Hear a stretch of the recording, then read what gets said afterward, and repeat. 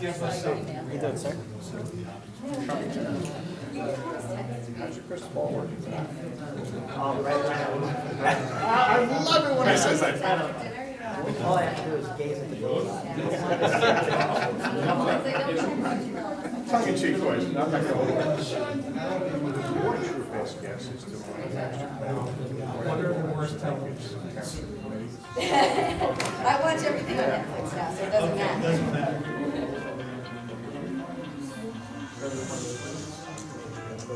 Yeah, I know.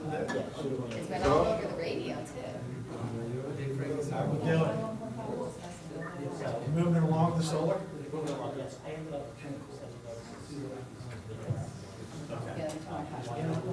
Yeah, just out of courtesy.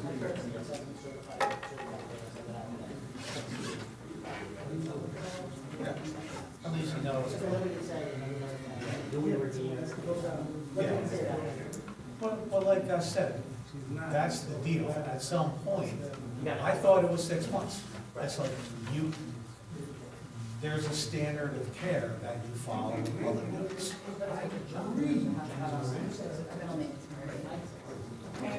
I thought it was 6.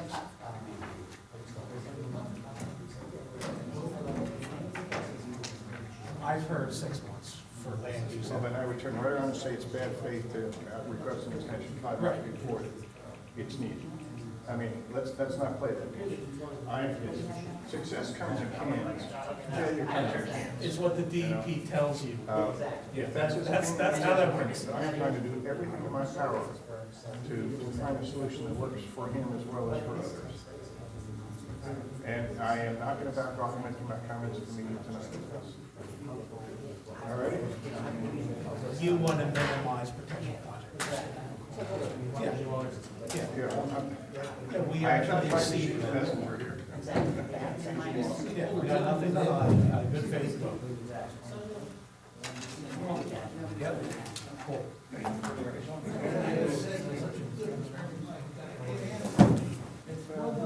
That's where the attorneys are probably. I will, obviously, I'm in town hall. I will send you the instructions. That looks like Agent Polo or something.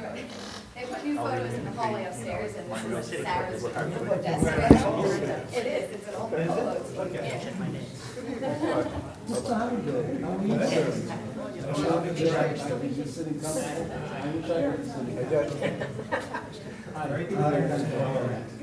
Rob Robinson, good to meet you finally, sir. We've been at many a meeting together. On the truth, justice, and American way. Yeah, something like that. Something like that. There you go. But wait a minute, Superman changed his clothes to the phone booth, there ain't no more phone booths. I want to say something, I am so angry. Some guy that was being on Medicare. So, one of my children, I changed 50 minutes. He went out. That came up now. Whoa. $50,000 is not small. My copay. You don't, you're in the dark. Yeah. I'm paying over $4,000 a month. I'm retired. Can you explain that to me, please? I wish you could best redevelop. God said we cannot, not separate, just to pay our education. And God wants that to not the mayor. What people make for a living, I'm being the part of it. I wasn't expecting to shop like fun. They smile. I look at cocaine, I look at I know what my wife does, so. Let me tell you something. He's a month health. You should be helping. I take that medication. I don't remember if the financial money either raising now, selling now on this one, so I just heard the second time it's been on. I don't understand. What? I'm not taking that. It's not a partisan issue. Hear that? I didn't know it was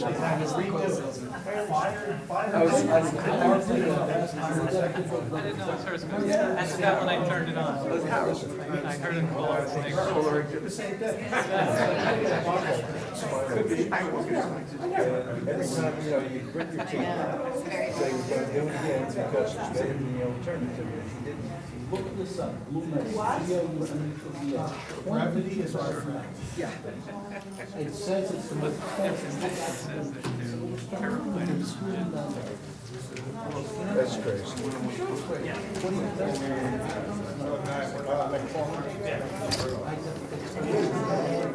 I didn't see it. The other one, I just heard it on the way here. Oh, you heard of him? And that's, yeah. I am lucky to the extent that Now, I this was 26 years in the United States.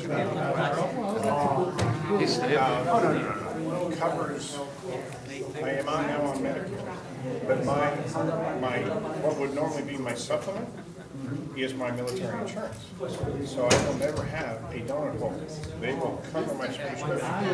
All tied to AARP. You don't like that. I'm against the trash man. Bribery. Yes, and the Okay, next that time would you have tell me to very get Following the following day.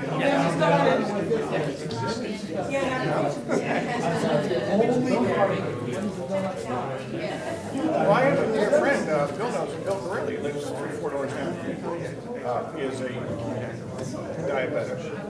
And he gets caught on that donut. And he reaches the maximum dollar amount within about 2 months.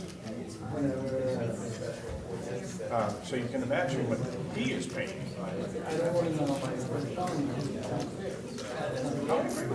And you're absolutely right, it's not a cost. It's the dollars and cents Can issue. I ask you a question? I've been paying Social Security for 20 years. 1 or 2. I was told. The worst part is, milers all come in like giant piles. Very true. Monuments, If they made Social Security. stormwater, pass them around, pass like their hands on or if it's your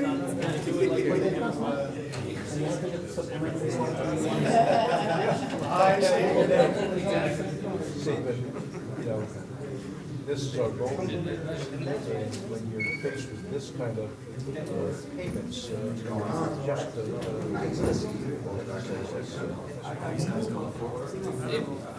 You know, the phrase golden years is not used in any marketing material anymore. It used to be 15 years ago. All I can tell you is I'm happy.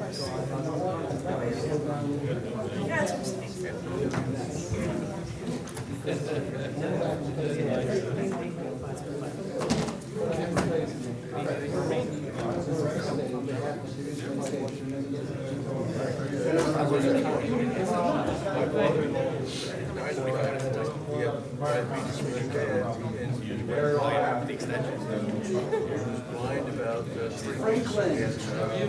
Good. Tony Romo retired.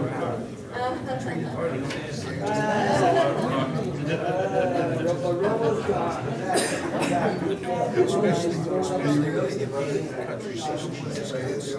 You know, the rationale is used, my cousin actually passed away, was a researcher, chemist,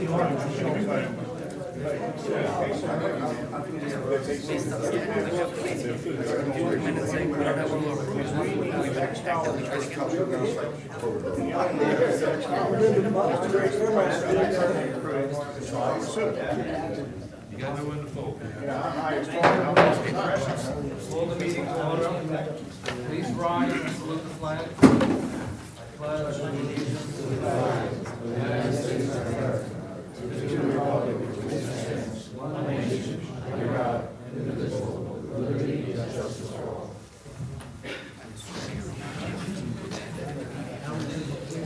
Certification of compliance.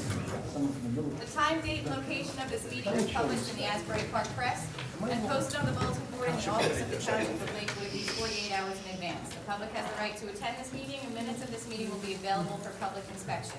This meeting meets the criteria of the Open Public Meetings Act.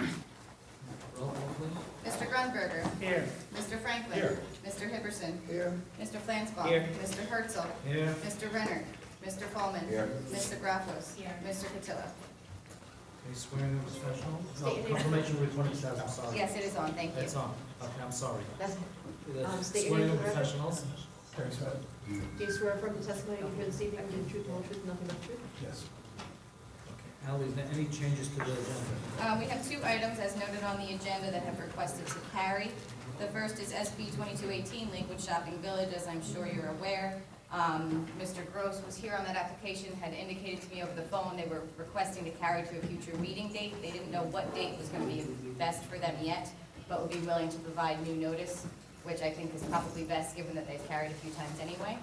So we don't need any action? So we don't need any announcement or anything on that.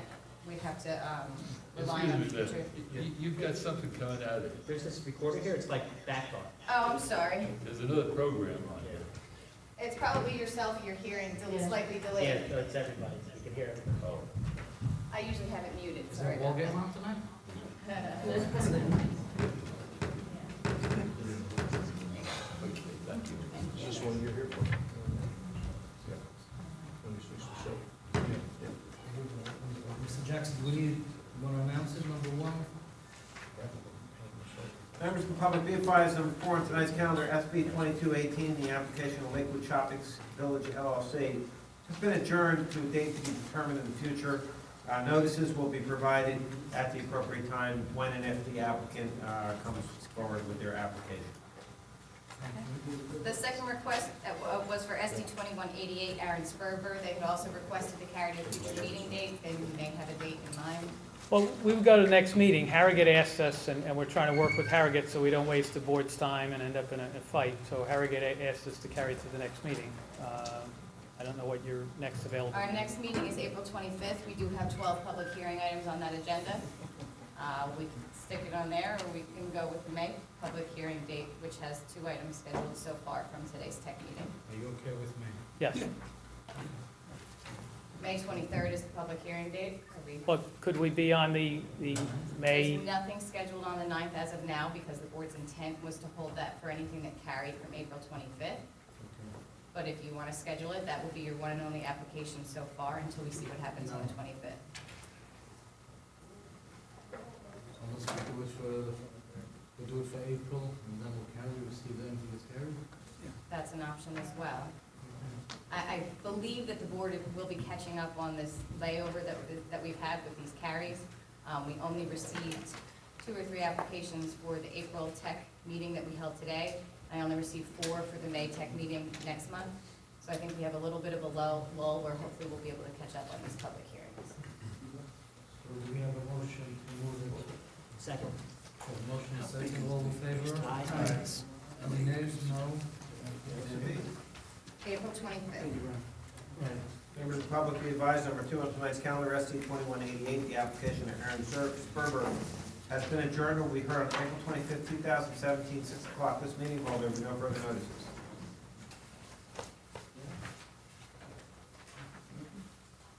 Rest of the agenda hasn't changed. We do have 2 public hearing items as well as 14 Oak Street administrative minors. The administrative minors as well as some correspondence items were scheduled after the public hearing because we were trying to reserve this meeting specifically for Shopping Village. Given that they've carried, if you wanted to move any of the smaller items back to the front, that's at the discretion of the board or the chairman.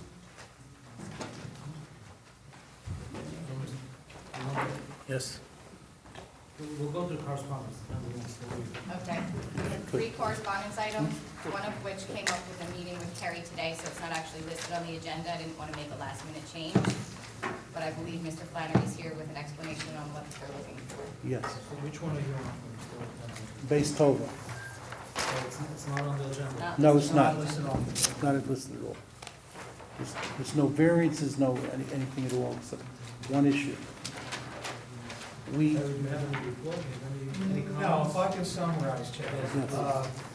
the nature of the request is for the previously approved Weistova project. If you recall, there was a gym on the main school building.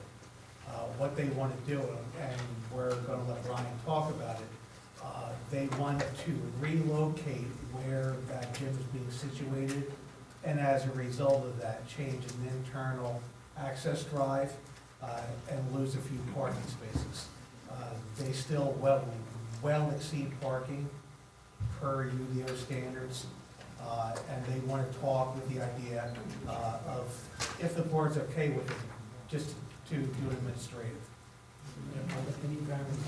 Not to my knowledge, but I want to get Ryan's testimony. Okay. Do you want to swear Brian in? I will. I don't know that you necessarily have to. Just to give the board a little background on this. This is the MLUL says that if somebody makes a non-material change, the change is not material, a lot of times it can be done administratively. I went over the plans today with Mr. Vogt and with Mr. Flannery in our board secretary's office, and it looks to me like just a very minor tweak. But I recommended that Mr. Flannery come before the board to get the board to confirm that the board views this as a insignificant change that can be done administratively. So, you know, sometimes if a variance is invoked or something that could affect the neighbors, then you'd say, well, no, you have to come back for an amended site plan.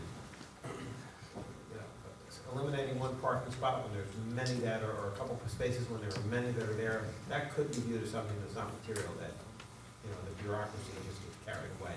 So Mr. Flannery is going to explain what they're doing, and then the board can decide if you can delegate this to say that this is like basically a field change. So Mr. Flannery, please raise your right hand. Do you swear affirm testimony to give before the board with the truth, the whole truth, and nothing but the truth? I do. Brian Flannery, Jackson, New Jersey, licensed professional engineer, professional planner. This application is for the Base Tova Girls School and the high school next to it. It's a 14-acre campus, and they got approval for the a gymnasium for the Base Tova building, which was indicated in gray on the PDS plans. They went to Jimmy Montefiore to design a first class. I mean, I'm sure the board is familiar with that school. They do everything first class. They have lots of extra parking. The ordinance requires 265 spaces. The application that came in was for 424. We are going to lose 14 parking spaces with this because this turns a little, as shown on this plan down here, and then the road turns along with it. So we lose some parking spaces, but we're still providing 410 where the ordinance says 265. And the changes are all internal. The exit out to Oak Street comes out in the same place. Everything is the same. He just has a nicer gym. He didn't go to Mr. Montefiore before the application. When he went to him, Montefiore does, you know, very good work. I'm sure the board is all familiar with his work. He came up with this slightly altered orientation, which pushed it into, you see where the entrance drive is, so that pushed the entrance drive and moved some of the parking. It'll actually look a lot nicer rather than it just being a straight shot in when it's done. And I think the architecturals based on Montefiore's design are excellent also. And as John says, to me this is not a significant change, something similar to a field change, but the rabbi didn't want to do this and then come back and ask for forgiveness. He wants to come here first, say this is what he wants to do based on more detailed plans. We were thinking that Terry could just say it's an administrative approval, but Terry and John said, well, bring it to the board, make sure the board understands so that everybody's familiar. Brian, there's no variances No variances. because of this change? Correct, correct. Do you see any way, Mr. Flannery, this could have a negative impact or any impact at all on a neighbor or a surrounding property or a public entrance? Absolutely not. The entrance point is the same, the traffic is all the same. It's actually going to look nicer because it adds a little more curvature and a little more dimension to it. So I think in overall to the site, it's clearly a benefit. I think to the outside, from aesthetic standpoint, it's a positive as well. Terry, this is the board's engineer. Do you have a view on what Mr. Flannery just said? No, I think everything that they're showing on the plan is basically self-contained. You're maintaining the access points on the periphery. We're not creating any various conditions. You still have parking well exceeding the UDO standards, so. As the board's engineer and planner, do you see any reason why this could not be considered a change that is not material? No. So you think it's not a material change? And legally, I advise the board the same way, but it's the board's call. Do we have to make a motion now, or? we have to open to the public?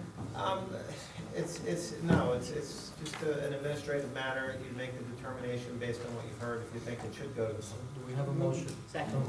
We have a motion and a second roll call, please. The motion is to determine that it's not material, they can make the deal change. Yes. Mr. Grunberger. Yes. Mr. Franklin. Yes. Mr. Hipperson. Yes. Mr. Flansbrough. Yes. Mr. Herzl. Yes. Mr. Coleman. I saw Mr. Renner step in. Ms. DeGraffos. Thank you very much, we appreciate it. Happy Passover. The second correspondence item is SP 2221AA, the Congregation Vice de Soter Tiferes Aryeh. There is, at the back of your packets, a copy of this correspondence as well as the one following. I believe Lyons' office is here to address this request to permit temporary trailers on the site, whereas the previous approval had indicated they would not be doing it as such.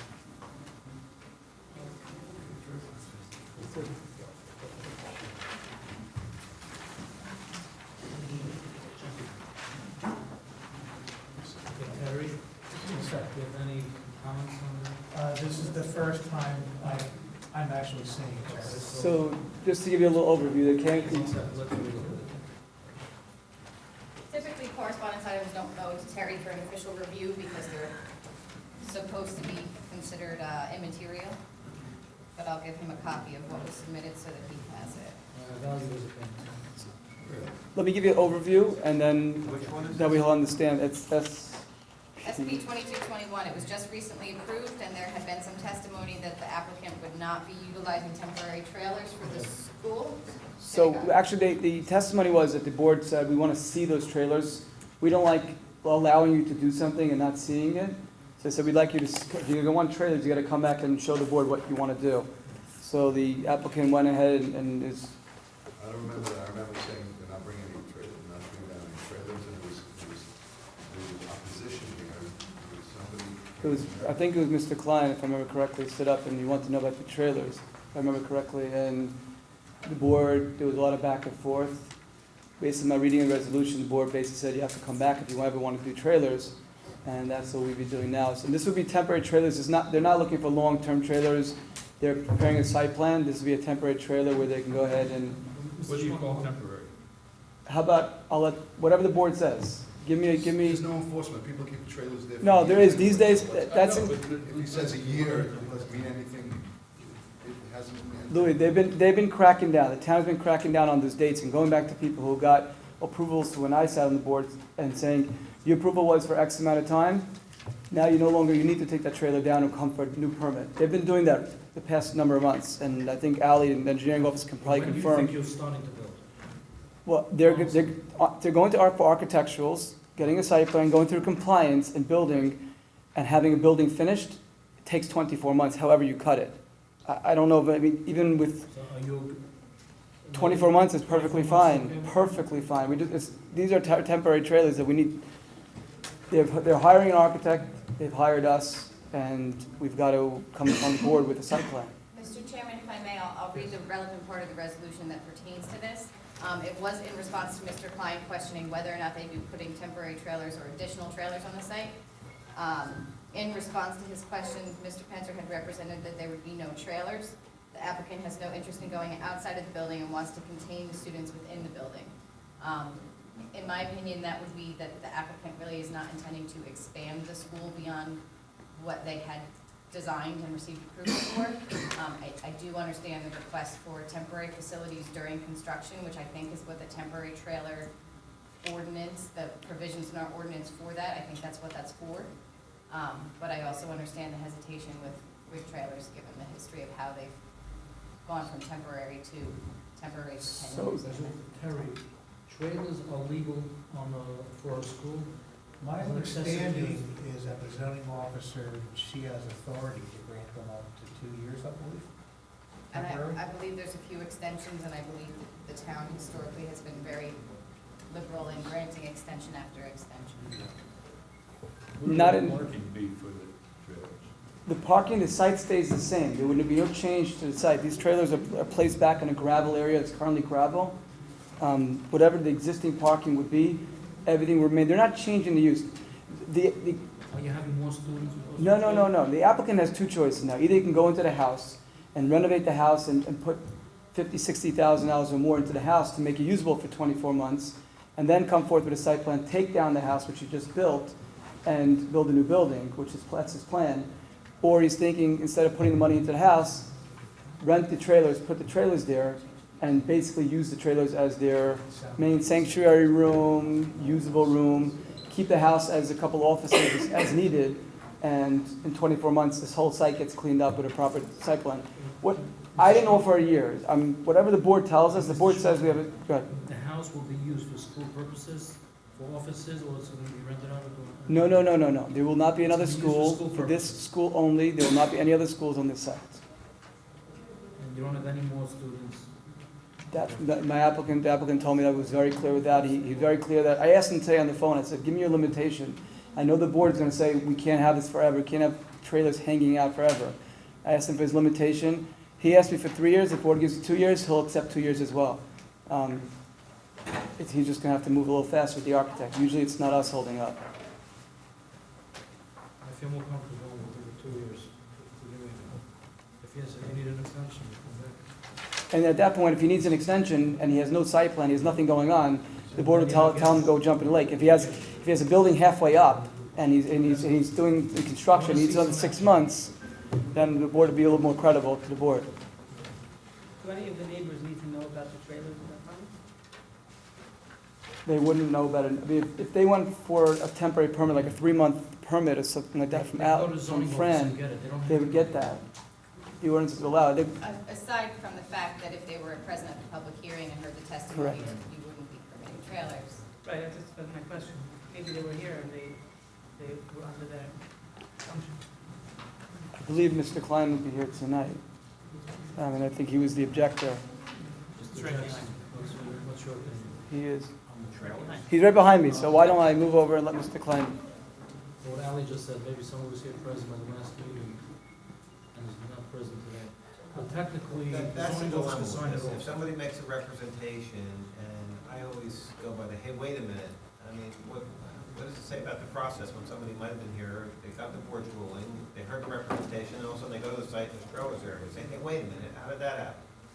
So that's why you have notice, et cetera, and, it's nice to be liberal and give people what they want, but at the same time, I think it takes a bite out of the board's authority and integrity when you come in on correspondence and change what the conditions were when you got your approval without notifying everyone and going through the whole process. We try not to be overly bureaucratic, but, that's the balance that you have to strike. On the other one, they had to tweak the plans a little bit, but putting, The only thing, Mr. Jackson, they would go to the zoning office technically and ask for trailer, they would get it. Except, not with the resolution right now with that specific. Why don't we notice for this? Why don't we notice for this? We'll come back in a couple of weeks. Let's notice for this.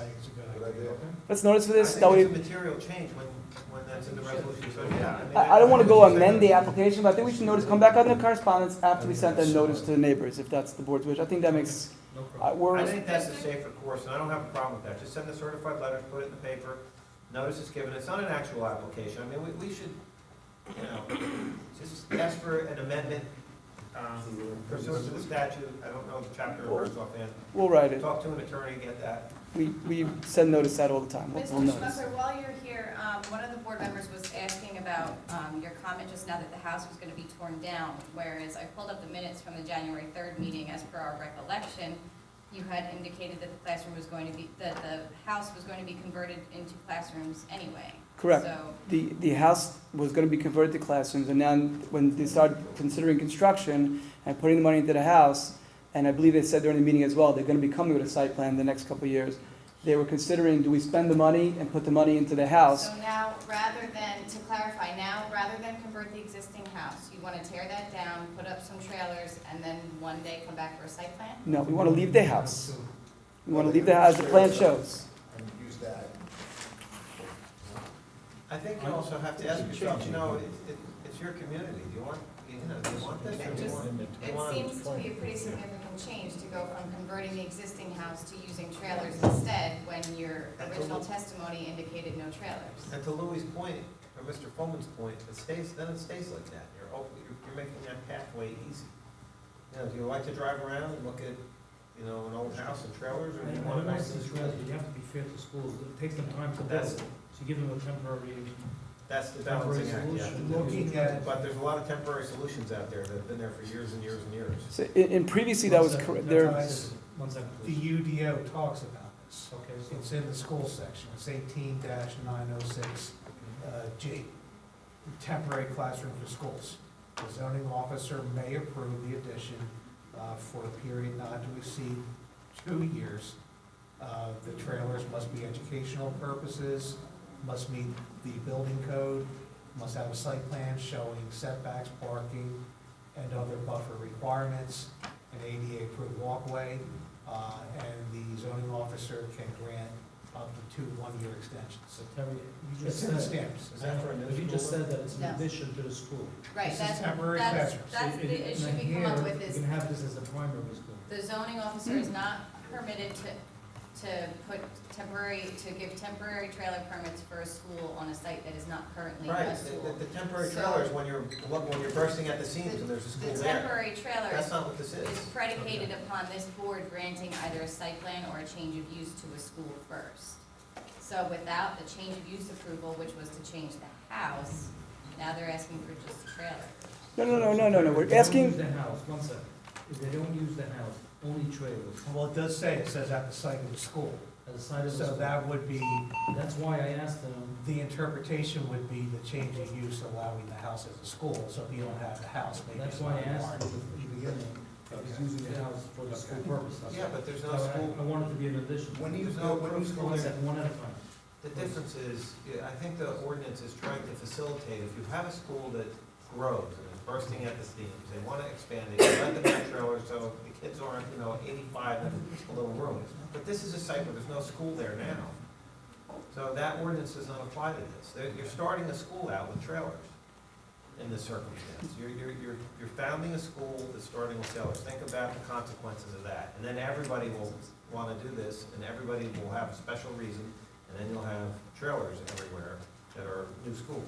The way I see the law, I think the original building, you have to use it for some of the classrooms. they will, and then if that's what's necessary, they'll do that. They'll put some classrooms inside, that's what's needed, they can do that. You heard Terry saying, it has to be an addition Let to the me, school building.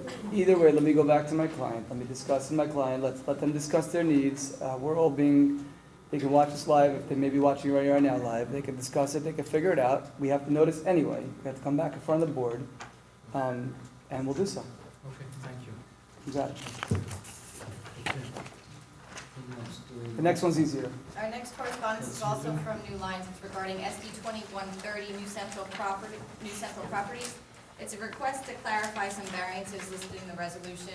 We often come across this where if either testimony or the questions posed at the public hearing are not clear enough, it doesn't get spelled out in the minutes and therefore doesn't get spelled out in the resolution. And when they come for resolution compliance, there's questions about exactly how much of a variance was or was not granted. Was that design waiver granted? The board kind of glossed over it.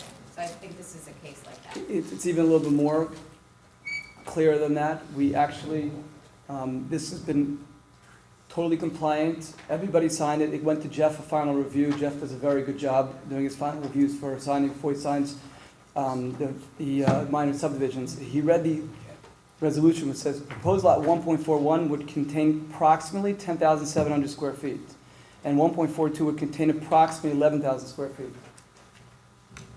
1.41 contains 10,685.41 feet, so we're about 14 feet off that approximate. Another lot has a foot or two more than the approximate. He didn't like the fact that the resolution only said approximately. The resolution always also states that there'll be a lot width variance. It doesn't clearly state what that lot variance width is. This plan has not changed. Nothing has changed in iota. It's exactly as it came from the board, which the board approved about a year ago. These are 90, 95 wide lots. The lot sizes, it said approximate. We just want the resolution to be clarified, to say, as it says in our letter, that'd be 11,001.59 and 10,685.41, which is a few feet off of the approximate number. And these lot widths would be 91.41 and 95.34 for lot width. Jeff dots his i's and crosses t's and wants the number clarified exactly in the resolution. These are the exact lots, nothing's changed. This is what the board saw, this is what the board approved.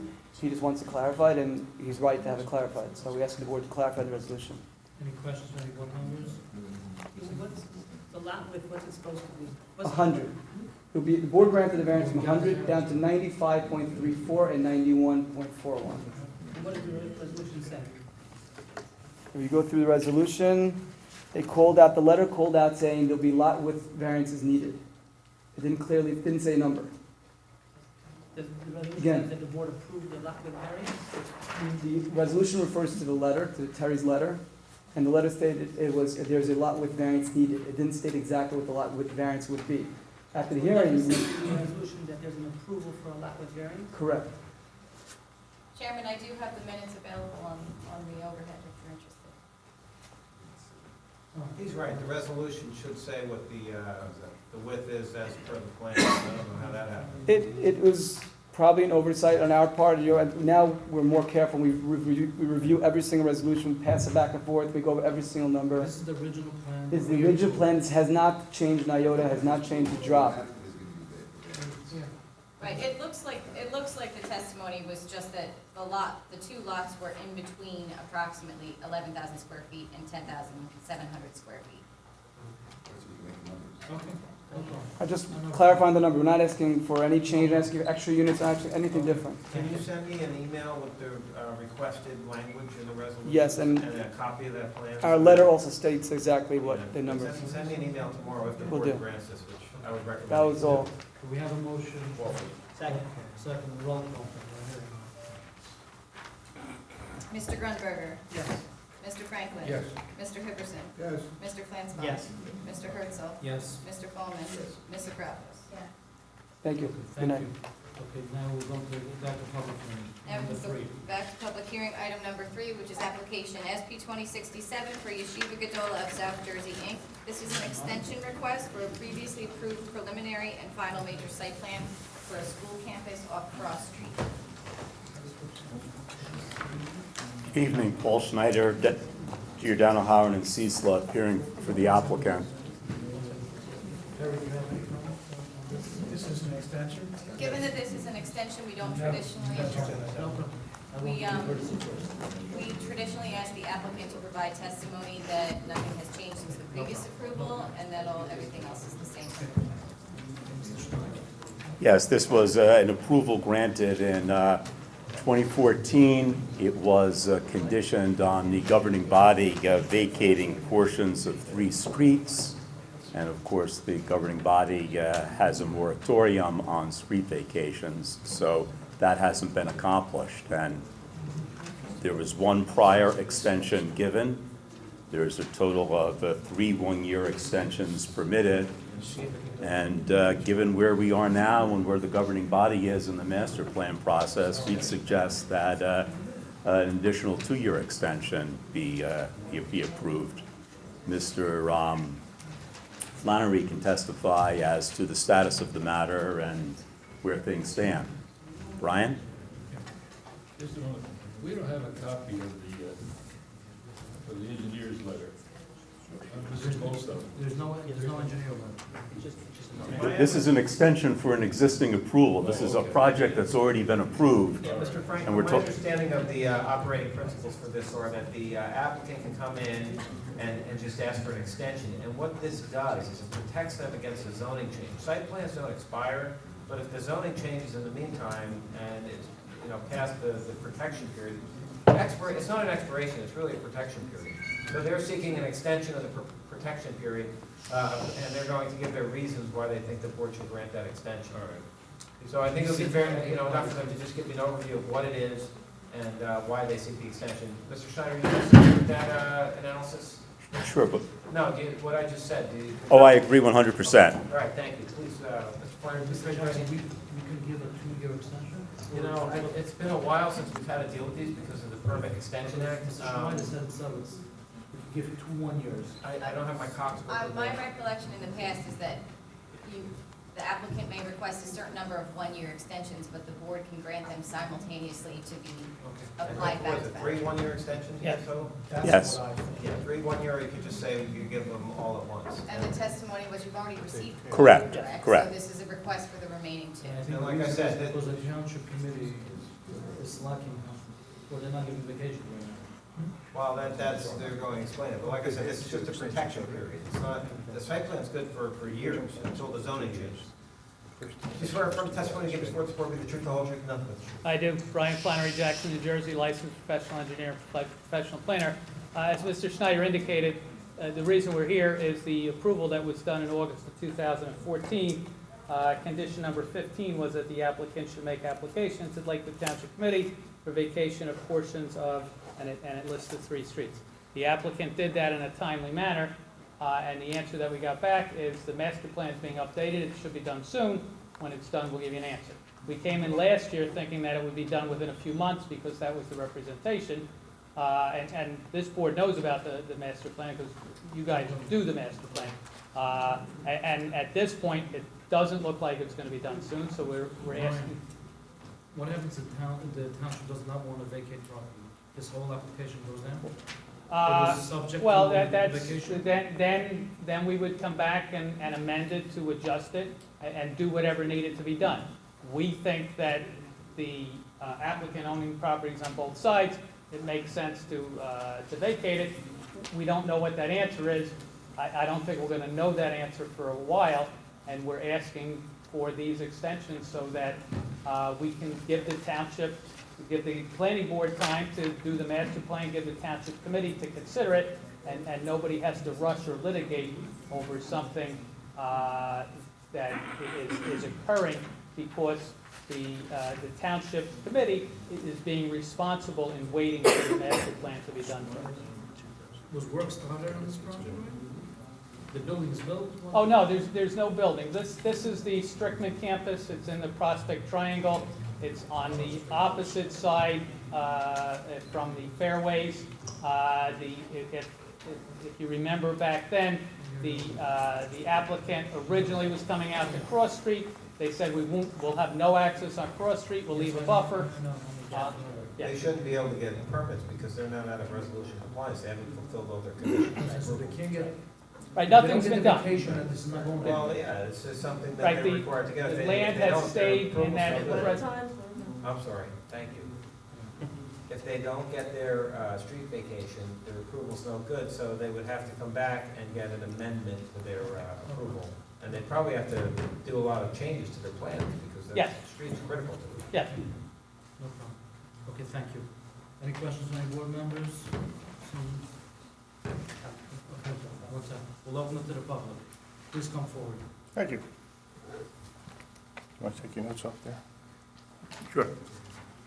I shouldn't be looking at them. Nothing secret. Please state your name for the record. My name is Frederick Robison, Frederick. Last name Robison, Robison, 79 Eagle Ridge Circle, Lakewood. Mr. Robinson, please raise your right hand. Do you swear affirm testimony given before this board will be true, the whole truth, and nothing but the truth? I do. Please proceed. Thank you. Mr. Chairman, members, good to see you again. You know, I appreciate the concerns of the landowner. However, I do not believe an extension is appropriate means to address those concerns at this time. And I would respectfully offer the following reasons. First, there was and still may be the impression that the plan approved in August of 2014 garnered the support of the neighboring residential areas, specifically Hearthstone, Enclave, and Fairways. As stated in the original resolution, it was counsel for another developer who spoke in support of the application. I think a more accurate depiction of the negotiations that occurred and the testimony that was offered was a developer-to-developer arrangement rather than respect for or true consideration of the impact on the existing neighborhoods. Related to those negotiations, both the minutes and the resolution make it clear that amendments to the submitted plans were to be submitted. To the best of my knowledge, the amended plans were never submitted. I based this on a thorough review of the entire plan that was obtained after requesting the complete file from the office of our planning administrator. Compounding this issue is the fact that subsequent to the original approval, the requirements to make use of the planned educational campus section of the Uniform Development Ordinance were changed to require accreditation of the school. To grant an extension now is tantamount to granting a use variance, which in my opinion is not an acceptable use or reason for an extension. It is important to note, among other things, that the buffer requirement stated in the resolution was non-compliant with the Smart Growth Plan of 2013. The original application resolution requires the applicant to submit plans if there are any changes of any kind. The rather unusual and precise wording of this resolution is tantamount to a new application. It's my opinion that either requesting or granting an extension is, at this point, an exercise in futility. I recognize that the board has considerable discretion in granting an extension. One common example, which is exactly what Brian just testified to, is the delay in obtaining the necessary approvals. That was the reason given for the 2016 extension. The township would not consider the request to vacate the paper streets until a master plan had been completed. In spite of the good work of many volunteers, some of whom were sitting here on the dais, that work is still not complete, and it's not likely to be completed until sometime in 2018. We all know the master plan is rather lengthy. The requested extension could, in all likelihood, lapse before the master plan work is even finished.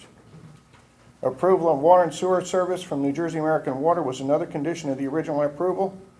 While I see no reason that New Jersey American Water would not provide service, to the best of my knowledge, there was no application submitted to NJAW. Failure to actively pursue all of the required approvals is recognized as a legitimate reason to deny an extension. The timing of the request is particularly pertinent.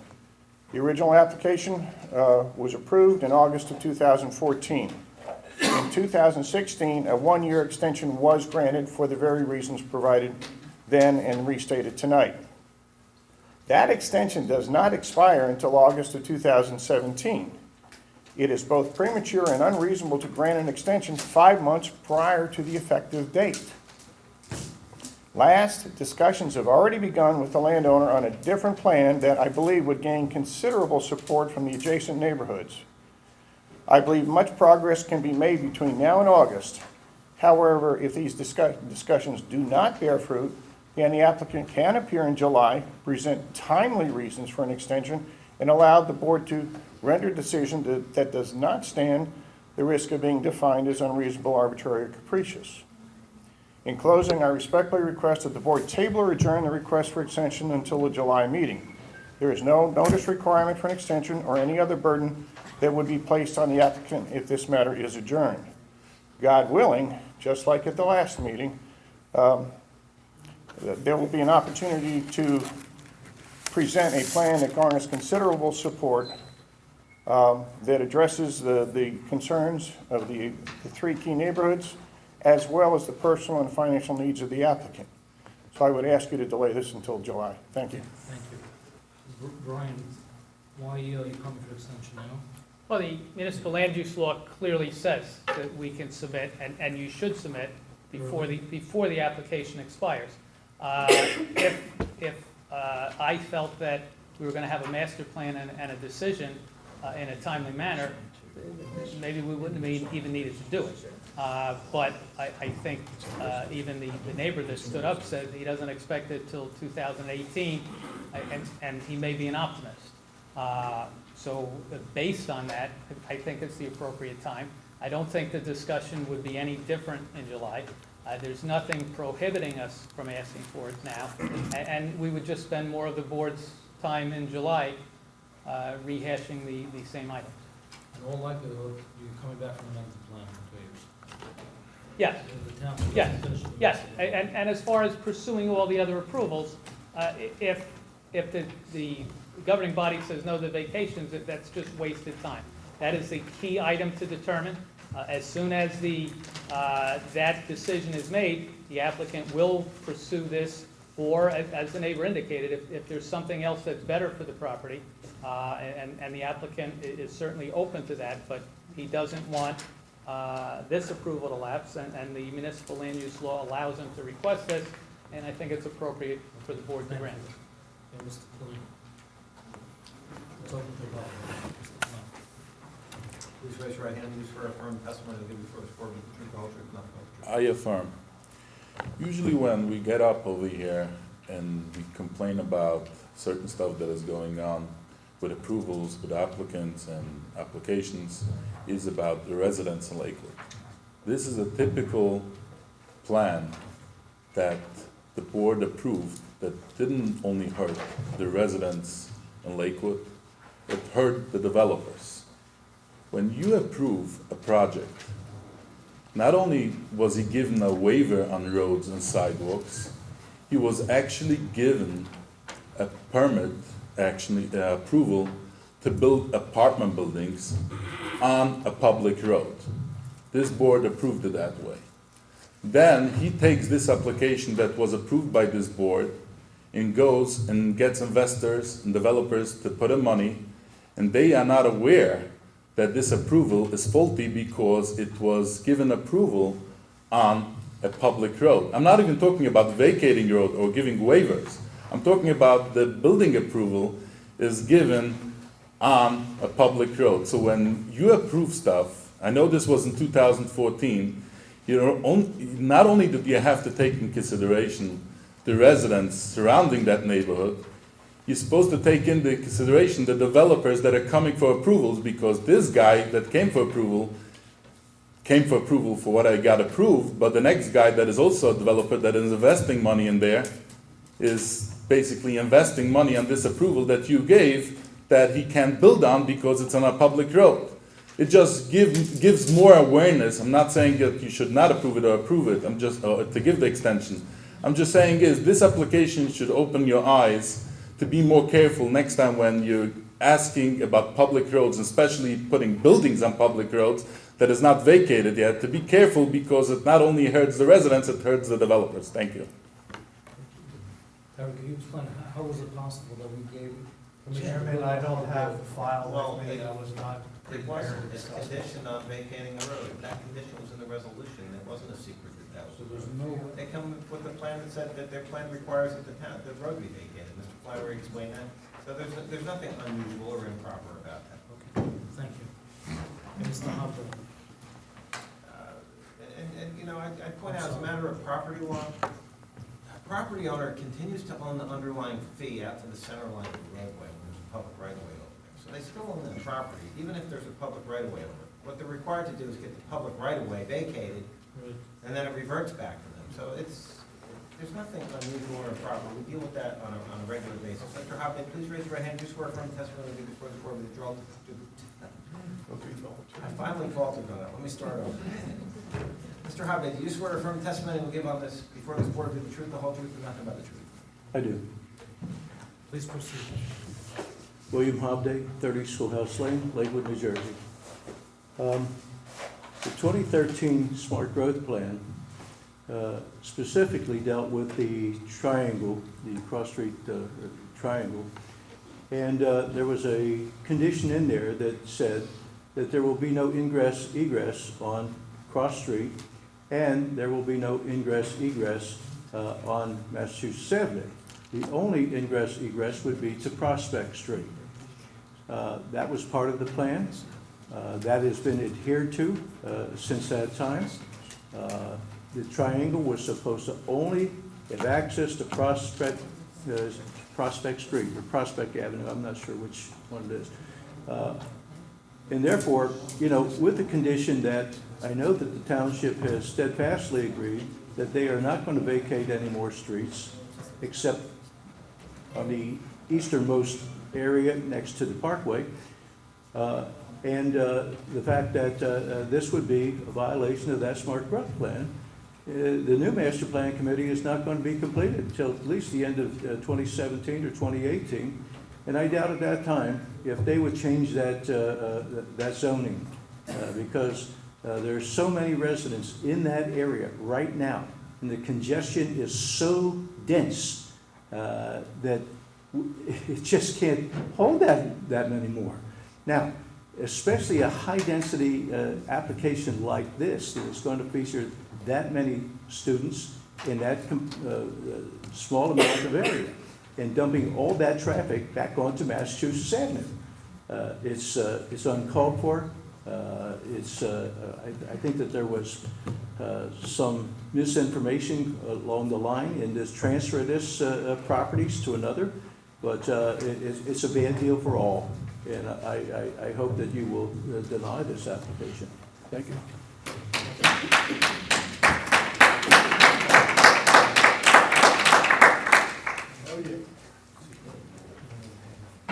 Okay.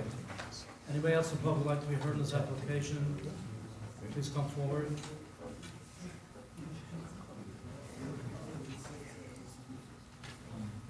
Good evening. The record. My name is Thomas Riley. I'm a longtime resident of Lakewood. I live in Leisure Village, 662 Plymouth Drive. Mr. Riley, please raise your right hand. Do you swear affirm the testimony you'll give before this board will be the truth, the whole truth, and nothing but the truth? I do. Thank you. Please proceed.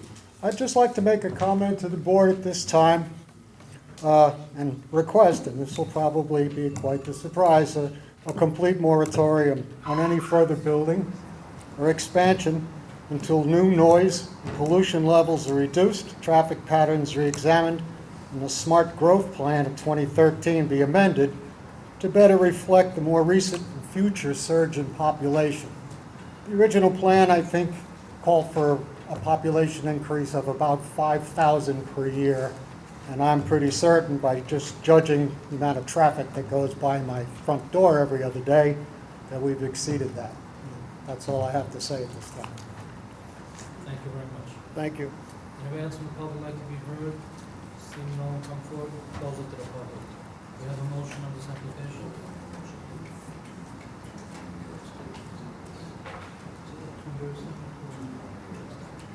We have a motion to one-year extension. Would those extensions run from the date that the Permit Extension Act stops its tolling? Is that Well, what you're asking for? my opinion would be that the first extension we got runs from when the Permit Extension Act expires, and then these would run from when that expires. I believe the first extension would run from the end of the Permanent Extension Act, which was the end of this past December, up to the latest possible extension date, which is the end of June of this year. So your one-year extension would go from there. So, Mr. From Fuller, June the of, question is- from June of this year. Yes. When the current extension ends, that one. That's Yes. where it would start. And Okay. my opinion is this action would grant an extension from June 30th, 2017 through June 30th, 2019. Okay, we have a second. You second it? The roll call, please. Mr. Grunberger. Yes. Mr. Franklin. Yes. Mr. Hipperson.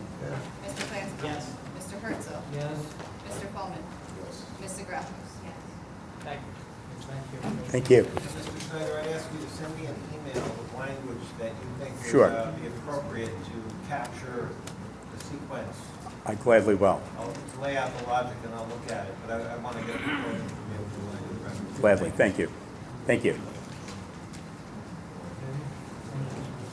Next application is SP 2232 made by Yosef Tress. It's a major site plan for a synagogue located on Spruce Street. You're stepping down this one? Mr. Grumberger is stepping down this application. He's indicated he has a conflict on this matter, so he's stepping down. And he's leaving the dais. Who's the attorney in this application? Brian. Brian's the attorney? What application are you talking about? Oh, Tress. Who's the attorney? Yeah. We don't have an attorney. Being that the applicant is an individual under the name of Yosef Tress, he's not required for legal representation. And the applicant is sitting in the front row, sir. Where's the applicant? Maybe you can come forward, please, sir. Have a seat in the front row.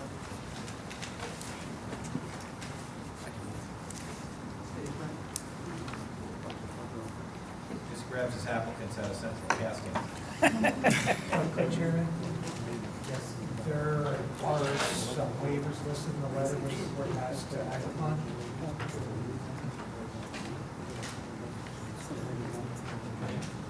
Going on page 3, submission waivers including topo, contours, and man-made figures within 200 feet, plans and profiles, and the EIS. We recommend granting the need waivers. We recommend deferring any utility profiles to compliance and approvals granted. And finally, we recommend waiver of the EIS since the property is already developed. We have a motion to go along with the recommendation? Move it. Moved and second. Roll call. All in favor? Aye. Any nays? No. Okay. Approved. Now, zoning, if I could, under variances, they require a front yard setback variance.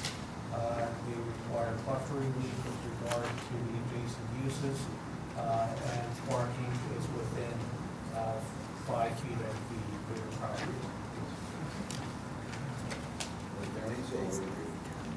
The buffer sections are in section 905, because that's the zoning section of the UDO. We traditionally treat them as being variances. This is the application for a neighborhood shul. As Terry indicates in his report, the ordinance. Thank you. Do you swear or affirm testimony you give before this board will be the truth, the whole truth, and nothing but the truth? I do. Brian Flannery, Jackson, New Jersey, licensed professional engineer and professional planner. The site plan that's shown shows 23 parking spaces where 7 are required. It's a existing congregation in this neighborhood. They're looking to put up an appropriate shul to house the congregation. Per Terry's report, item 1 on zoning, it's a permitted use. Item 2, front setback 30 feet is required. We're asking for 24.8 feet. With respect to the buffers, the buffer requires a 20-foot perimeter buffer. We would be proposing a fence which would provide the same intent with respect to the buffering. The ordinance also says no parking within 5 feet, and we could reduce the encroachment of that parking into 5 feet by providing less parking spaces. But the applicant feels that the additional parking spaces would certainly warrant the encroachment into that 5 feet, again, which we would buffer with a fence. If the board felt differently, we could remove those spaces. But Ryan, number 5, it says that the main sanctuary is 1684, right, square foot? yes, Okay, so I personally would like to see the parking space over there. That's a parking. Well, we have 23 spaces, and we're requesting that buffer relief to keep the 23 spaces.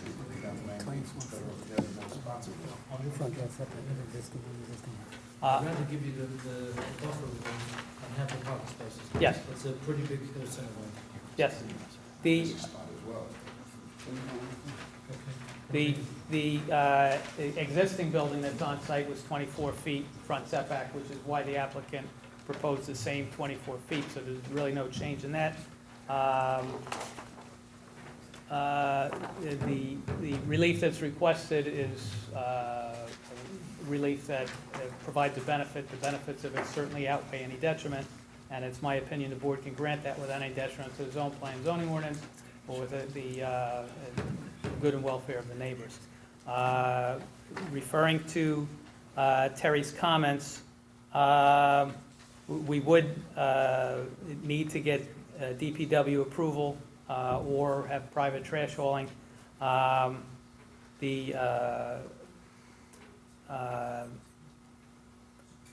With respect to the sanctuary, at the basement, it would be limited to members only. It would not be rented out, and it would be on Shabbos and non-driving holidays.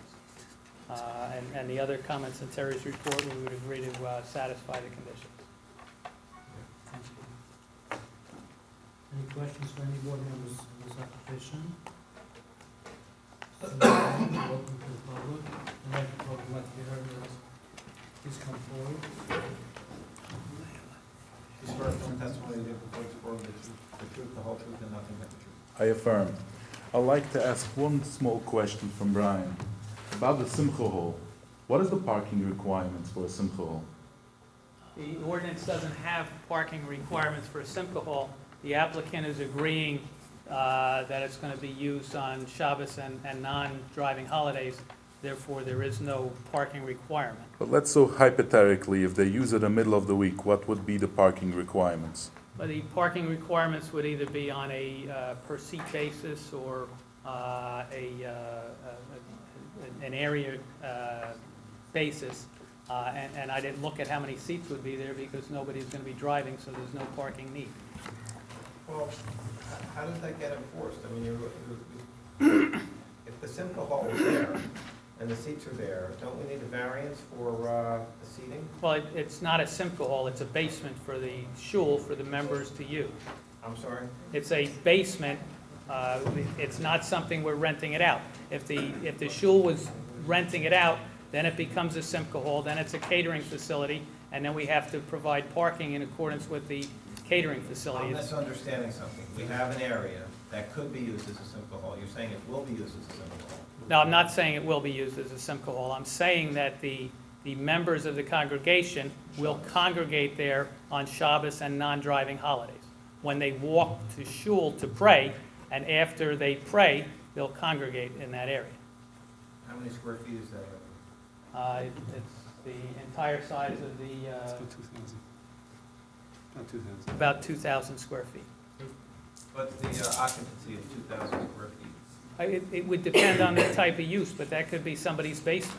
It would be the same as if, What's the dimension of it? dimensions are 53 feet by 74 feet. Which is about the size of this room, would you say? No? Smaller than this room. It's a, You ready to deed restrict that you can't have any outside simchas over there? well, we would agree, as the board has done in the past, that it would be a condition of the approval. Deed restrictions are something that are forever. So that's why every applicant that came before has said they are happy with the condition of the approval that says that. And that's something that's enforceable. The neighbors, who I'm sure there's neighbors here, they're going to know that that's enforceable and they can go to the zoning officer. Nobody would know otherwise, but the neighbors are the ones that would be impacted. The neighbors are the ones that are going to know that that is a condition of the approval. And that's the standard format for enforcing that. I would like to make a statement, if this was a question. I'm not objecting to this application. This actually, the applicant, when I told him I might object, he actually told me, even if you object, you could come to my Kiddush Shabbos and come enjoy. He has no, he does great achnus hazarchim, so I can't imagine that he's doing this place just to make money. But Excuse me a second. yes. Did you get that, Jackie? He does great, something or something? H-A-C-H. N-O-O-S. Second word, O-R-C-H-I-N. Just like he said. For the record. I haven't heard that. Otherwise, it's just in parentheses, But you realize, non-English. Mr. Klein said N-O-O-S. Inclusive, so that's- Depends which sect you are from. Okay, go to this computer slide. The problem is, whenever somebody wants to build a Simcha Hall in Lakewood and not need any parking, I don't know how they do it, because if you need parking, if the building is there, you need parking. But what they do is, they build a shul. When you build a shul, you get a Simcha Hall. Now, all the applicants claim that it's only going to be used for Shabbos, and you could enforce it. I went into Mike Sacramento, I asked him, if you will enforce such a thing. He says, no, we do not enforce usage. We only enforce the building. If somebody is using it on the middle of the week when the resolution says only on Shabbos, they will not enforce it. So it's nice language to say is, yes, we'll build a building, we'll only use it for Shabbos. But it's not enforceable. I'm not talking, this is not a problem only on this application. It's always when it comes in a shul, you always have to judge if the applicant is really coming to build a Simcha Hall or he's coming to make a Besmedrash. So, again, to come over here, I don't know, this is not directly on this application, but you have to know is that there is a simcha hall over there. It is a room. So technically, you need, if it's going to be used, you need a variance at least, or a waiver, how you want to call it, for the parking that it's needed. Yes, he claims he will only use it for Shabbos, but he still needs that variance and waiver. I don't know how they get out of it. You could say he's only using it for Shabbos, we'll give him that waiver, but you have that variance. But he has to request it, and you have to give it. I know the practice was over here differently till now, but maybe you should ask your attorney, maybe this has to change. Thank you. John, if that's really the case, that you can't, there's no enforcement for a simple, even though the applicant states that and puts in the resolution that's only going to be used Saturday. I think even if it's gonna be used on Saturdays, there's still clearly parking requirements for it, right there. Yeah, but it's still not enough. It's still not enough. If they use, Saturday you don't need anything, it's nobody's driving. Not- But right, that the doesn't mean ordinance that you don't doesn't say need that. The variance, if it triggers variance, if the parking, if it. My question to you is how, why is there no enforcement on something? Well, Why would it's a practical reality, just like you mentioned earlier with the trailers, it's just, no one's gonna go shut down Simco Hall. Fine, then, I mean, it's Well, great. it just. Use all the income to get it. I just pointed out because, I mean, what has been your experience with things where people, build something and then it becomes a use that was promised it wasn't going to be used that way? And then how effective has the town been in stopping it once the genie gets out of the bottle? Brian, do we have any on-street parking already? It's a typical residential, Lakewood residential neighborhood where there's limited on-street parking. Now, you're required, according to your testimony, 7 parking spaces, Yes, and you're giving... 23. I've been debating over here with Mr. Vogt how big this room is. Mr. Flannery, you have a good eye for these things. What do you think the dimension on this room is? Looks like it's right around 50 feet wide, right?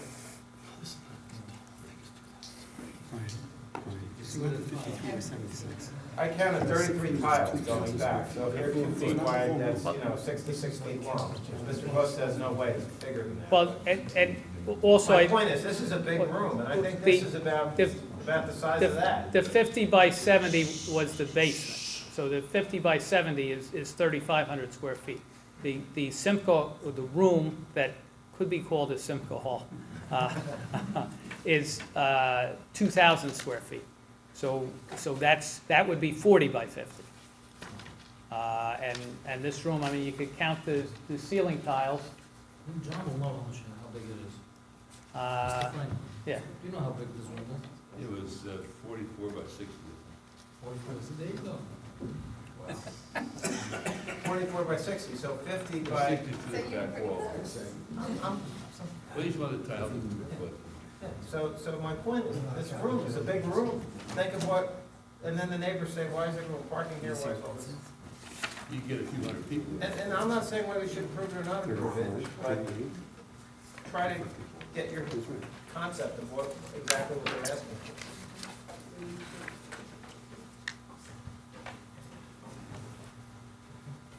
We close to the public? Yeah. I- No, Mr. Hobley, please come forward. I just wanted to comment, I'm glad Mr. Wait, Klein, go ahead. Mr. Klein never objects to applications. I'd hate to see what it was like if he did it. Okay, Mr. Hobley. Mr. Hobley, do you swear or affirm testimony you'll give before this board with the truth, the whole truth, and nothing but the truth? I do. William Hobday, 30 Schoolhouse Lane. Mr. Chairman, board professionals, this is what happens in residential neighborhoods. The expectation is that the residents are going to get to park on the street. But in cases like this, where there is a celebration of some kind, the parishioners basically take up all the available spaces, leaving the homeowner nowhere to park. There's been horror stories in the past about they even park in front of driveways or in your driveway. Now, this is, a quality of life issue where if you provide for it, that's one thing. If you do nothing, and certainly the zoning officer is not going to do anything, then you've basically harmed that neighborhood. And I think that that's things that you need to consider in this. Thank you. I raise the proposal that to be heard. Please come forward. Please state your name for the record. Elio Rappaport, I'm sorry, Can you spell your name? E-L-I-Y-O-H-U, but you need to speak into. E-L-I-Y-O-H-U, Rappaport, R-A-P-A-P-O-R-T. I'm a next door neighbor to this shul being proposed. Sir, please raise your right hand. Do you swear affirm testimony you'll give before this board with the truth, the whole truth, and nothing but the truth? I affirm. I have no real, Please speak into the mic. Lift up, you can Pull it lift up the a mic, little bit, yeah. there you go. I have no concern really with the shul being there. I very much appreciate that they worked very nicely with us, with what we did. Just regarding the parking, I realize that we do need a lot of parking here. Just one concern, I know this is different than usual, but just he's proposing two parking lots over here. A bigger one, a larger one, and a smaller one over here with 4 spots. I'm just concerned, just voicing a safety concern, that since there's 2 entrances next to each other, since we're in a residential neighborhood and there's children going, riding, walking, everything, I'm just concerned that for a safety point, that the board should take that into consideration. Especially since it's so small, so people might back out, so they just take the safety into consideration over here. Okay, thank you. Terry, Spruce is a township road? Yes, Yeah. yes. The township would allow 2 driveways so close to each other? That's not a problem? No. I know the county will have a problem. The county may have a problem with that, yes. Okay. Anyone else in the public like to be heard, please come forward. Please state your name. Chaim Abstfeld, C-H-A-I-M, O-B-S-T-F-E-L-D. Please raise your right hand. Do you swear or affirm the testimony you'll give before this board with the truth, the whole truth, and nothing but the truth? I affirm. We started a few months ago in December 2016 when the applicant was applying for a change of use. And we worked very closely with the applicant, who has been very forthcoming. It was actually a pleasure working with him. I have to commend him. He is really trying to see that the neighbors' needs and wants are really fulfilled. And we're just revising or updating the agreement to be put in writing. The agreement states as follows: neighbors and applicant have agreed to the following terms for the property of 157 Spruce. First, what we agree to is that the neighbors are granting the applicant's variance request for the 24.8-foot setback, as well as the other setback variance requests, unless other neighbors contest. For now, looks like. Neighbors can't grant it. The board has to grant the variances. Okay, we are consenting. Okay. And we also agree not to oppose a preliminary and final major site plan with just perhaps one adjustment. What my fellow neighbor Leo Rapport just mentioned. We're not sure. He is putting 23 spaces. He is trying at an extra cost. He's going above and beyond to try to get the maximum parking to alleviate any stress on the streets. But we are concerned about having a regular parking lot. I guess we'll have a stop sign, we'll have a narrow way in and narrow way out, and we think that will be, those 19 spots, there will really be an orderly fashion of in and out. When it comes to the street parking, we do believe that cars backing out, and for example my children riding their bikes up and down the street, we do have some concern. Now of course the flip side of that is to get the maximum parking. So we are a little torn exactly how to go about this. Once again, the applicant, he is trying to provide the maximum parking, and that is very much appreciated. But this concern perhaps should not be overlooked, or if anyone could think of any ideas, alternative ideas, how we could keep the parking spots, maybe make them safer. If I can clarify, Chairman, the 4 spaces that I think are the issue here, people don't have to back onto the road. You've got a road, you have an aisle proposed that people are going to be able to back out in the aisle and come back off of the property, head out. They're not going to have to back out on the road. Understood. They're not going to have to, but Well, any other parking spots on your block? We Does can't anybody control like where a parking people spot? drive. One at a time. And honestly, I don't think anybody's backing out if they could go out and have the first, much harder to I back certainly out. hope not, Chairman. Okay, but I do think that's a concern. Perhaps, maybe some sort of architecture could be installed to make sure people don't back out. It's just different than a regular parking lot, but of course, we do want the maximum parking. And our consent and agreement to consent to the variances and to the plans are conditional on, one, the applicant will install an 8-foot height fence on both sides of the property, the right and left side, standing on spruce facing the property, right on the left side of the 8-foot fence. If a variance is necessary, we're a little confused whether variance is necessary or not for that. So we consent to any variance. If the board has any restrictions on that, if they could grant it now. Terry, but I don't think you could build an 8-foot fence in the front setback. You can't do in the front setback. Outside the front setback, you You could, can. Yeah, it would have to be 4 feet within the front yard setback. But it could be 8 feet around the rest of the property. you understand, the front setback, if you need 30 feet, the front setback has to be 4 feet, then you go up to 8 feet all the way back. The first 30 feet from the street on.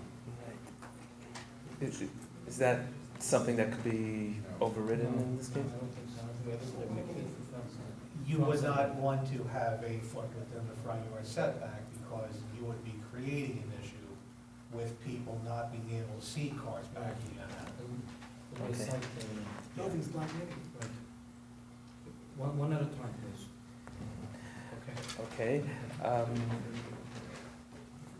All right, number 2, applicant will install privacy trees on the right and left sides of the property, again, standing on spruce facing the property, and will try the best to work around any interference. Understood that it won't necessarily be, the tallest at the moment, it won't necessarily even go above the fences, but trees will be installed to eventually go above the fences and to help with the privacy. Number 3 is there'll never be any dormitory of any kind, no overnight residency that will be ever in that building. That will be conditional for whatever's going on tonight. Number 4, like we spoke about before, there will be no events, any public events, family gathering, parties, simchas will take place in the basement during any time of the week. Only events taking place on Shabbos will be allowed. Number 5. Would you enforce that? I'm sorry? Would you enforce that? Okay, next. Number 5, if we look at the plans, there is a porch that is being planned on the 2nd floor that members will be able to stand outside. The applicant was adamant that porch, there'll be a non-transparent barrier at least 6 feet high where no one will be able to see out. It will just be for people to just hang out there and ear out, but they will not be able to see out. Of course, the concern is that they shouldn't be looking from a 2nd story, a public viewing of my property and my fellow neighbor's property. The applicant is working on that, trying to see exactly what kind of barrier to put up, but he is, from what I understand, he will do whatever he could. He will install a non-transparent barrier, we request that the plans be conditional upon this. And number 6, any windows which would be possible to see out onto the other properties. The applicant has said that he will make them either frosted or any similar treatment, again, which would render it impossible to see to the outside. And also request that the opening should be pushed open, so that even when it's open, it shouldn't be able to view to the outdoors. That's it? Okay? Thank you very much. Brian, do you agree? Yeah, applicant agrees to that, yes. Is that what we have to give as part of evidence? Do you have that written document? Yes. I went through it so fast, so I didn't. We'll mark that as an exhibit. Just one question, Chairman. Yes. What are you proposing for the perimeter buffer? Are you proposing fencing? Yes, Okay, so it's gonna be solid fencing. solid fencing, It's an gonna be 8-foot, 8 feet 8-foot outside the fence front yard setback. outside the front yard setback, correct. Okay, is that gonna be vinyl, wood, other? Vinyl. Okay. Thank you. Anybody else from the public would like to be heard? Seeing no one come forward, we'll close it to the public. I just have Mr. Jackson. a question for the gentleman. I'm sorry, sir, what was your name? What do you said you have a condition, no events to take place in the basement during any time of the week. What do you do when they do it anyway? Our understanding of that is that's weekdays, and I think that's the intention. So your question isn't, I mean, any day of the week could be Shabbos. That is a day of the week, just so it's clear. When I said that, I meant Okay, weekdays. weekdays. Because he does only events taking place on Shabbos. Okay. So, I said Shabbos, but he spelled it with B's, is that right? Yeah. What do you do? You know, you look out, there's cars parked everywhere during the week, and there seems to be a party, what do you do? First of all, we now anticipate it, given the applicant's nature. It will be a surprise, but Please speak on the mic, whatever you're saying. You call the police, and then the police say, just, we're not doing anything. What do you do? yeah, I was a little surprised to hear the conversation before that the township does not. I'm not sure if they can't enforce it or practically they do not enforce it. They could enforce the fact that not always they do. I just don't see the police walking into a room full of people celebrating some kind of an event and saying you gotta leave. It's a violation of your zoning approval. That just will never happen. Just to speak to that, even if it weren't the police, but it were to be code enforcement, who I think it may fall under their jurisdiction, we recently had a synagogue come back, a weekend shul come back under correspondence to remove the fact that their testimony had been that it would be used primarily on weekends, not just the Simcha Hall, but the whole shul, and they wanted to be used full time. And the question at the time was, does the board really have the right to say, sure, you can have a retail building here, we'll approve your site plan, but you can only operate on Tuesdays and Thursdays. Does the board really have I the think right that's to very, limit that? very problematic. That's what I mean. If you put that facility there, you have to assume that you're approving it for that, and I think you should put in the appropriate improvements to deal with that, because there's no way to stop it. And like Ally alluded to, I forgot about that circumstance. How do you say someone you can only use it on weekends? And even if you do say that, The building department clearly doesn't think it's enforceable. well, and they're just not going to do it. Well, If it's a variance, Well, first of all, I don't think it is a variance. First of all, I think the applicant could have said he has sufficient parking for the 2,000 square feet. I think the answer to that question is the first thing I would do as a neighbor is I would call up the rabbi, and I would say, what's up? The neighbors have the second option of going to rabbinical court and saying, here's something you agreed to. But beyond that, the ordinance says we need 7 parking spaces for the shul. For the 2,000 square foot room, we would need an additional 18 parking spaces. That's what my point is. Yeah, so that's 25 parking spaces. We have 23. So we're, Then you ask for a variance for 3 spaces, as long as the board knows what it But it is. seems really not, because you're not using the upstairs when you're using the downstairs. so Correct. you have adequate parking. Well, that's yes. the So mix that you do, that's where you, That's that's the magic that happens when you give your approval. I think, Brian, you should go through the negative and positive, just in case it is a variance to cover And yourself. I think Mr. Fullman's point is a good one, there are alternate uses, they don't. yes, It's shared clearly you're not parking. going to do both at the same time. And, we're getting hung up here on, there could be a misuse of it, and there could be, but there's basements in a lot of houses in Lakewood. I know in my house, both my one that was in Lakewood and my one in Jackson, that are I 2,000 think square that's a feet. bad example. Basements. Well, but that's what we're talking about. We're talking about a basement room, and a lot of houses in Lakewood have basement rooms that if they invite people over for a party, you have cars parked on the street. Look, I don't get a vote, I hate to be the party pooper, no pun intended. But we have been getting a lot of hard times without parking. I'm just saying, weigh it all. It's pretty shocking, this was the first application, I think, that I've seen that shul came that has so much parking.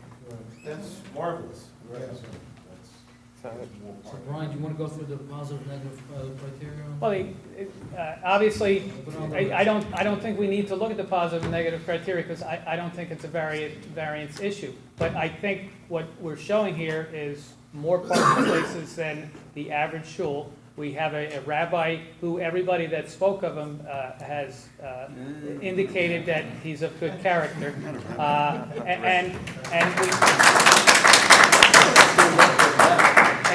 And we have 23 parking spaces, which for a 2,000 square foot room, I think is sufficient. And the ordinance standard is the first 800 feet, it's 1.75, so that's 6 for the first 8 parking spaces, and 12 for the 1 per 100 after that, 18 parking spaces. We have 23. You're not going to use the two at the same time. Okay, thank you. no, I just want to clear some confusion. From our standpoint, I mean, parking is an issue, but with Simcha Hall, we do not want a Simcha Hall at all. And the reason why we don't have, all the neighbors here screaming and yelling is because of this agreement that there will be no Simcha Hall. So if the board could just, obviously the board tonight has to approve, a major site plan. If the entire plan could be conditional on, if. I don't know if it's enforceable, but we can make that condition. He agreed to it, the applicant agreed to it. They will not use it on the weekdays. So that means the approval that would happen tonight is conditional on being no Make Simcha that Hall? motion, but I don't know if it's enforceable. I'm just advising the board that is difficult to enforce, and I can't tell you that that's, something that's But it's ironclad. But it's something which the applicant agrees to. Yeah, for sure. And He you're does putting it on agree. record that he agrees to. Again, applicant though, we really do have Okay, trust in them. Okay. thank you very All much. right, thank you. Okay, we'll close it to the public. We have a motion on this application. Order to approve this application with everything stipulated. There's no symbols to the weekdays, only on the weekends. Second. Okay, we have a motion, a second, roll call, please. Mr. Franklin. No. Mr. Hipperson. No. Mr. Flansbrough. Yes. Mr. Herzl. Yes. Mr. Coleman. Yes. Ms. Zagrafos. Thank you. The application passes 4-2. Yes, thank you. Okay. Now go number 5. Number 5, we have the Oak Street Core Residential Development Subdivisions. I'll read through the numbers quickly for you. SD 2220 AO, SD 2221 AO, SD 2222 AO, SD 2223 AO, SD 2224 AO, SD 2225 AO, SD 2229 AO, SD 2230 AO, SD 2231 AO, SD 2232 AO, SD 2233 AO, 2234 AO, 2235 AO, 2236 AO, and I believe in the past we've acted on these in one go. Now, the one with Hashbar is not included. None of these are in the blocks that are adjacent to the vacated land next to Tash Bar, correct? Terry, do we have any variances? No, there are no variances on any of these applications. Everything is totally conforming. That is correct. Brian, you want to say anything on this? I don't think there's anything needed to be said. It's administrative approvals of conforming application. Okay, thank you. That was easy. Mr. Klein, you say something? Yes, I'll make it short. Shlomi Klein. Talking about. This 14 applications over here is talking about 60 units. I'm just giving the number. This application was not giving any public notice, as there's an ordinance for that. There's some of them as missing roads, some of them missing sidewalks, as we discussed in the past. What are 60 units? 60, actually 30 duplexes that accumulates to 60 units. Because you talk about basements. No, I'm talking about the full 14 applications, totals, and I went through the time to look through how many units. Duplexes? You're talking about 30 duplexes, and that is 60 units. You're talking every duplex has 2 sides, 2 single-family homes. Now, the issue that I have is, what? I don't know, it's 30 with the basements, it's 60. No, 60 units. 30 duplex building, 60 units, not including the basements, units. Now I'm talking about the basements.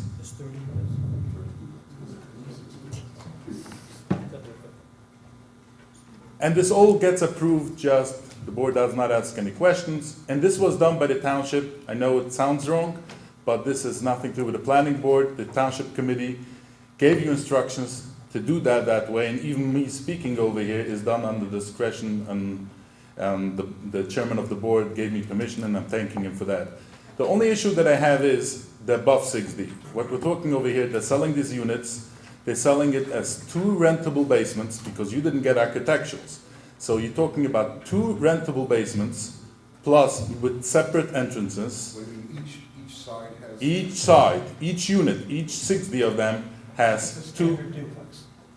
No, he's saying that it's, in each duplex is 4 basements. Which Correct. they may be, I think he said advertising or selling them that way, they're not legal, they're not permitted by the building department. And we have another problem. There's attics, access to the attics from the outside. They're doing the attics too. So, How do you have access to attic from outside? because they're doing the doors from outside going straight up to the 3rd floor.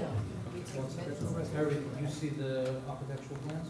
This has no resolution. We don't get architectural plans. Minor subdivisions don't traditionally submit architectural plans, they're not required because you're essentially creating a few small lots that may get sold off to this person who wants to build this unit, this person who wants to build that unit. The architectural plans are reviewed by the building department when they submit for building permits.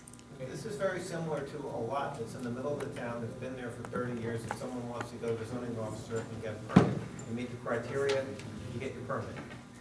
So that's why. It's only a duplex in a basement, you can't have another floor on the attic. They have to comply with the zoning regulations. They could build it and rent it out illegally because the building they could do.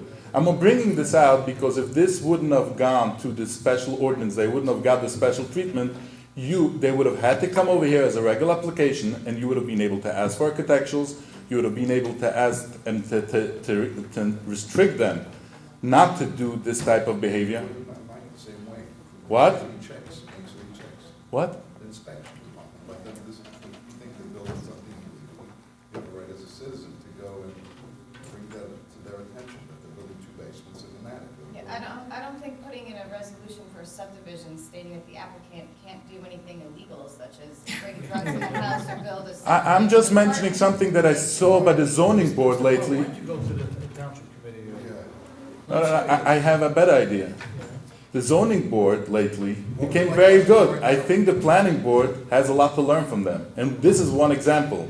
They make sure when they give approval for townhomes today, or even single-family homes, they're making sure how many entrances are there to the basement, and they restrict that in their approval.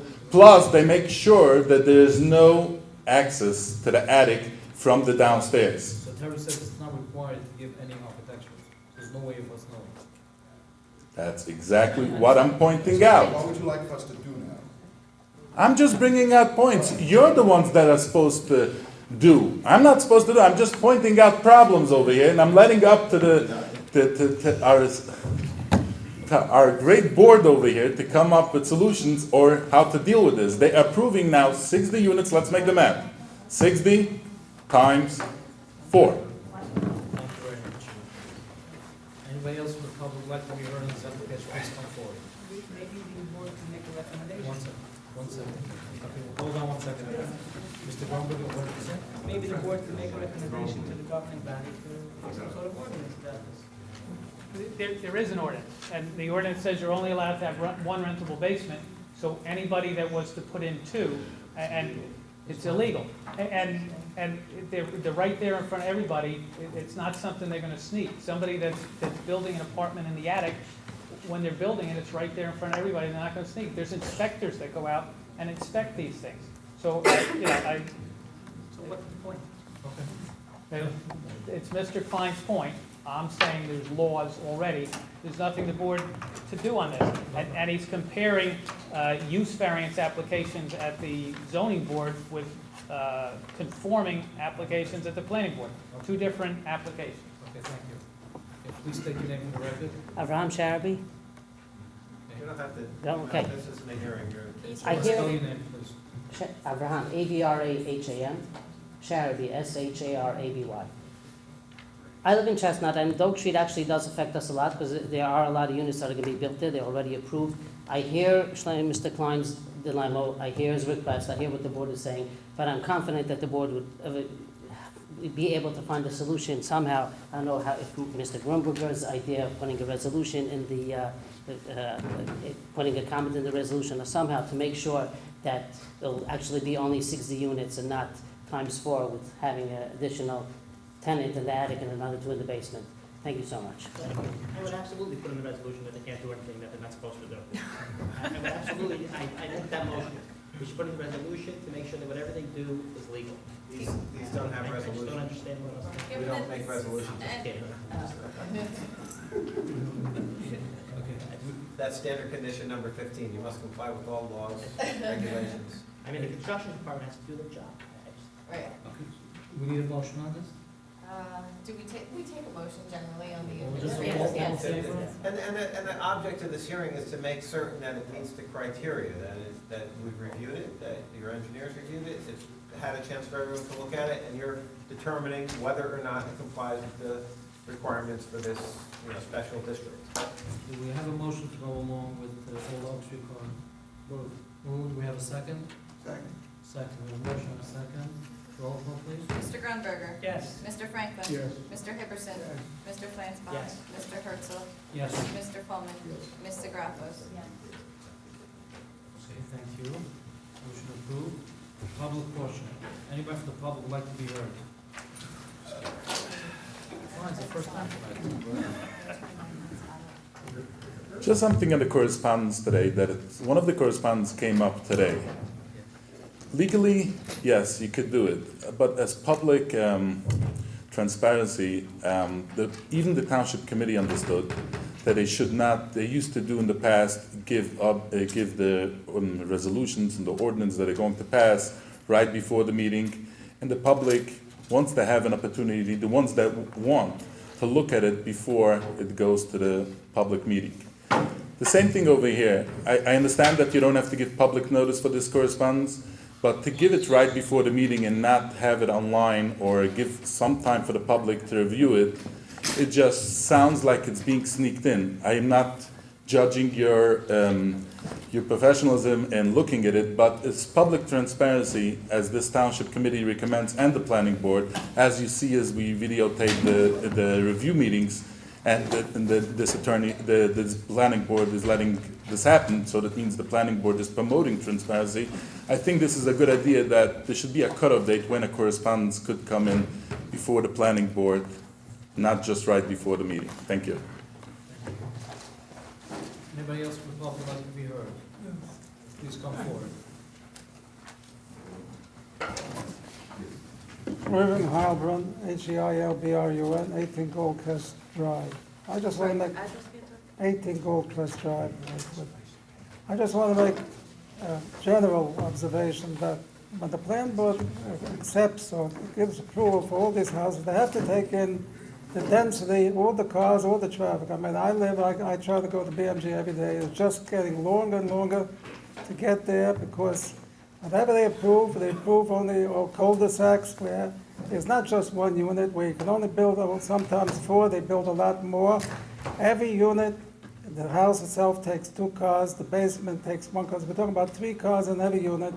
And if they're not going to take the density into consideration, one day I won't be able to get out of my house. It won't be impossible. I see what's doing now. And I don't understand why. I go all over, I see County Line Road. They build whole units, and they build, we're a busy section. The guy has his parking right into so he has to backs out right into traffic. A whole place on County Line Road like that. And there's a lot of other places where it's very dangerous, the whole traffic, and it's just going to get worse. By me in Pine River Village, there's a blinker.